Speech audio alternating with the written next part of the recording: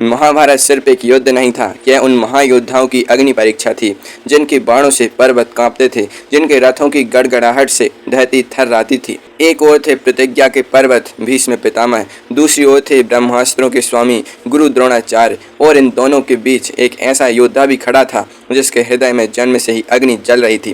वो योद्धा जिसे संसार सूत पुत्र कहता था, पर जिसने स्वयं को सूर्य पुत्र सिद्ध किया, वो था कर्ण। पर प्रश्न यह है कि क्या कर्ण वास्तव में द्रोणाचार्य और भीष्म पितामह को युद्ध में पराजित कर सकते थे?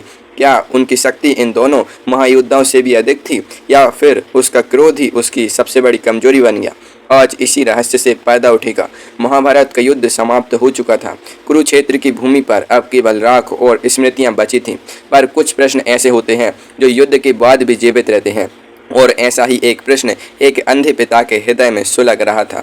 हस्तिनापुर के महल में राजा धृतराष्ट्र अकेले बैठे थे, चेहरे पर पीड़ा, मन में तूफान। तभी उनका सारथी संजय कक्ष में प्रवेश करता है। प्रणाम महाराज। धृतराष्ट्र कांपते स्वर में बोलते हैं, सब समाप्त हो गया संजय, मेरे पुत्र, मेरे स्वप्न, मेरा साम्राज्य। पर आज भी मेरे मन में एक प्रश्न जीवित है। संजय ने उत्सुकता के साथ पूछा, कैसा प्रश्न महाराज? धृतराष्ट्र ने धीरे से कहा, हे संजय, क्या सूर्यपुत्र कर्ण गुरु द्रोण और भीष्म पितामह को युद्ध में परास्त कर सकता था? संजय कुछ क्षणों के लिए मौन हो गए, फिर बोले, महाराज, यह प्रश्न केवल युद्ध का नहीं, यह 3 युगों की तुलना है। एक ओर गंगा पुत्र भीष्म और आचार्य द्रोण, और दूसरी ओर अपमान की अग्नि में जलता हुआ सूर्यपुत्र कर्ण। इन तीनों में श्रेष्ठता ढूंढना ऐसा है जैसे अग्नि, वायु और सूर्य में से किसी एक को महान सिद्ध करना। धृतराष्ट्र ने कहा, फिर भी संजय, मैं जानना चाहता हूँ, महाभारत के युद्ध में इन तीनों में से किसने पांडव पक्ष को सबसे अधिक क्षति पहुंचाई? वो कौन सा योद्धा था जिसने सबसे भयानक विनाश किया? संजय ने गहरी सांस ली और आरंभ हुई वह कथा जो इतिहास के सीने में आज भी धड़कती है। पहले बात करते हैं गंगा पुत्र भीष्म की, वो योद्धा जिसे मृत्यु भी बिना अनुमति छू नहीं सकती थी। महाराज, संजय बोले, भीष्म केवल एक योद्धा नहीं थे, वे स्वयं युद्ध की मर्यादा थे। जब वे रथ पर खड़े होते थे तो हजारों सैनिकों के हाथ थर थरा जाते थे।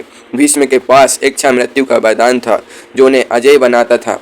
उन्हें ब्रह्मास्त्र, आग्नेयास्त्र, वायुवास्त्र, सम्मोहनास्त्र का ज्ञान था, और इससे भी बढ़कर वसुओं का वह दिव्यास्त्र जिसे कहते थे प्रसवास्त्र। इसी के बल पर उन्होंने साक्षात परशुराम को भी पराजित कर दिया था। विराट युद्ध में जब अर्जुन ने सम्मोहनास्त्र छोड़ा तो कुरु पक्ष के सभी योद्धा मूर्छित हो गए, पर भीष्म वही एकमात्र योद्धा थे जिन्होंने उस अस्त्र का सफलतापूर्वक सामना किया।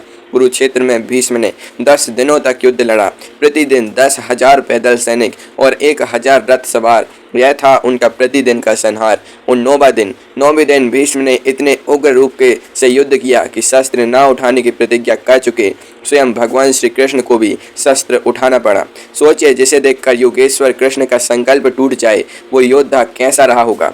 अकेले भीष्म ने महाभारत युद्ध में लगभग आधी अक्षौहिणी सेना का वध किया था।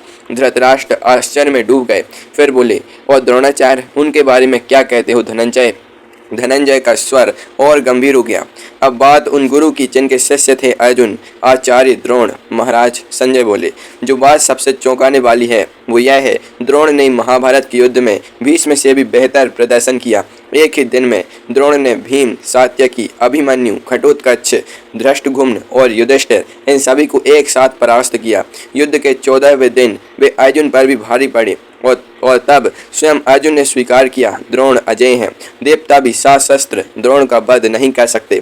दिव्यास्त्रों की बात करें तो द्रोण महाभारत के समस्त योद्धाओं में सर्वोपरि थे। नारायणास्त्र, ब्रह्मास्त्र, ब्रह्मशिरा, भार्गवास्त्र, ये सब उनकी अंगुलियों के इशारे पर चलते थे। द्रोण ने अकेले पांडव कक्ष को 2 से अधिक अक्षौहिणी सेना का सर्वनाश किया, और अभिमन्यु, वो वीर बालक जो अकेले संपूर्ण कौरव सेना को छलनी कर रहा था, उसे बस में करने की योजना भी द्रोण ने ही बनाई थी। अन्यथा उस दिन अभिमन्यु के हाथों कौरव सेना का नामो निशान मिट जाता। यह सुनकर धृतराष्ट्र का धैर्य टूट गया। क्रोध स्वर में बोले, तो क्या तुम कहना चाहते हो संजय कि कर्ण, मेरे प्रिय कर्ण, भीष्म और द्रोण से छोटा योद्धा था? संजय ने शांत स्वर में कहा, नहीं महाराज, कर्ण छोटा नहीं था, वो एक श्रेष्ठ योद्धा था। और अब सुनिए उसकी वो कथा जो आपके हृदय को गर्व से भर देगी। अब बात उस सूर्यपुत्र की जो अपमान की भट्टी में तपकर सोना बना। कर्ण ने गुरु द्रोण के अतिरिक्त साक्षात भगवान परशुराम से भी शस्त्र विद्या सीखी। इसीलिए वह भीष्म और द्रोण दोनों का गुरु भाई था। कर्ण के पास थे ब्रह्मास्त्र, बाष्पी शक्ति, नागास्त्र, भार्गवास्त्र और अनगिनत अन्य दिव्यास्त्र। युद्ध में कर्ण ने 4 पांडवों को, युधिष्ठिर, भीम, नकुल और सहदेव को बार बार परास्त किया। घटोत्कच जैसे महाबली राक्षस को उसने एक नहीं 2 बार हराया। कौरव सेनापति के रूप में कर्ण ने पांडव पक्ष की 1.5 अक्षौहिणी से अधिक सेना को अकेले मार डाला। और फिर आया वो क्षण जिसे इतिहास आज भी कांप कर याद करता है। महाभारत का 17वां दिन कर्ण और अर्जुन आमने सामने। एक क्षण ऐसा आया जब कर्ण का नागास्त्र सीधे अर्जुन के मस्तक की ओर बढ़ा। तभी श्री कृष्ण ने पलक झपकते ही रथ को नीचे झुका दिया। बाण अर्जुन का मस्तक नहीं काट पाया, लेकिन उनका मुकुट गिरा। महाराज, यदि उस एक क्षण में कृष्ण रथ नीचे न करते तो अर्जुन का अंत निश्चित था, और तब संभव था कि कुरुक्षेत्र का इतिहास कुछ और ही होता। संजय ने गहरी सांस ली और बोले, महाराज, यदि आप पूछे कि सबसे बलशाली कौन था तो इसका उत्तर सरल नहीं है। भीष्म सबसे महान धर्म योद्धा थे, द्रोण सबसे महान आचार्य थे और कर्ण महाभारत की सबसे महान त्रास थी। धृतराष्ट्र देर तक मौन रहे, फिर भारी स्वर में बोले, तो क्या कर्ण कभी उनसे बड़ा नहीं बन सकता था? संजय की दृष्टि दूर कुरुक्षेत्र की ओर उठ गई। महाराज, यदि कर्ण को जन्म से सम्मान मिला होता, यदि उसके जीवन में अपमान का विष न भरा गया होता, यदि उसके हृदय में प्रतिशोध की ज्वाला न होती, तो संभव था कि वो केवल भीष्म और द्रोण से बड़ा ही नहीं बल्कि संपूर्ण आर्यवर्त का सर्वश्रेष्ठ धनुर्धर बनता। पर भाग्य ने उसे योद्धा कम और पीड़ा अधिक बनाया।